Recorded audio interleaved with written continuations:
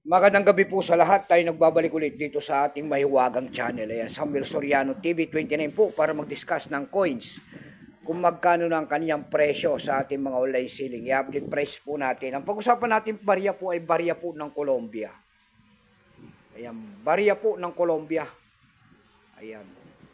Year 1971 po, 5 pesos po kung tawagin nila sa Colombia. Ayan, baka mayroon kayong mga ganyan mga coins. Ayan, willing tayong bilhin po. Ayan, mag-comment po kayo dyan. Pero hindi pa po ito kamahalan po ha. Ayan, bultuhan pa po ang ating bili sa mga ganitong mga word coins. Ayan, pera po ng Colombia. Ayan. Pasamantala tayo magpapasalamat muna sa lahat ng tagapagsuporta dito sa ating munting channel, lalong-lalo na ang aking mga subscriber dyan. Thank you so much sa inyong lahat. Mabuhay po kayo and God bless at magandang gabi po. Maraming salamat din po sa nanonood doon sa ating FB page. Ayan. Lahat po na nakapalo sa aking FB page, thank you so much sa matyagang panunood nyo po sa aking mga vlog. At magandang gabi po sa inyong lahat. Ayan, yun naman pong hindi pa po nakapag-subscribe dito sa aking YouTube channel. Baka pwede naman makisuyo sa inyo at malaking bagay na po sa aming mga vlogger ang inyong magagawa. Tulad na lamang po ng pagpindot ng ating subscribe button, like and share para ma-update ko naman kayo sa mga bago ko pang ilalabas na video.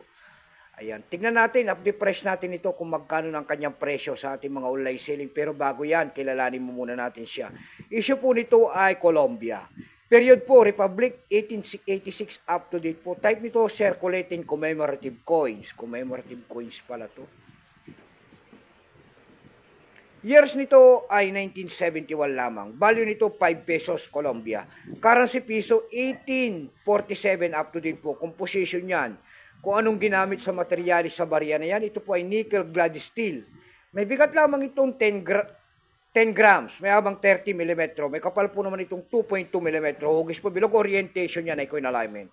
Number M-9860, reference number KM-247. Ito pong year 1971 na ito po ay no percent. Ayan, kung ilang piraso po ang ginawa ng Colombia sa barya na hawak natin, ito po ay 2 million lamang. May price na rin po yan doon sa ating numista.com. Binigyan na po ng presyo ng ating mga kolektor. Yung kanyang very fine po, kung tawagin nila, ay nagkakahalaga po na 93 pesos. Yung kanyang extra fine po ay 110. Yung kanyang almost uncirculated ay 120 pesos. Dako tayo sa kanyang mga presyo. Ayan. Doon sa ating eb.com po, mayroon tayo nakita nagbebenta nito ng $7.99. Nasundan niya ng $13. Meron na rin tayo nakita doon nagbebenta nito ng $9.99. Sa pinakamababang bintahan po sa ebay.com nito natin nakita ay $6.95 na. Ayan lamang po kasi nag-ikot-ikot tayo, nagtingin-tingin ng kanilang mga presyo doon sa ating Carousel PH. Wala tayong makita nagbebenta nito. Ayan. So hanggang dito na lamang po. Keep safe po sa lahat and God bless.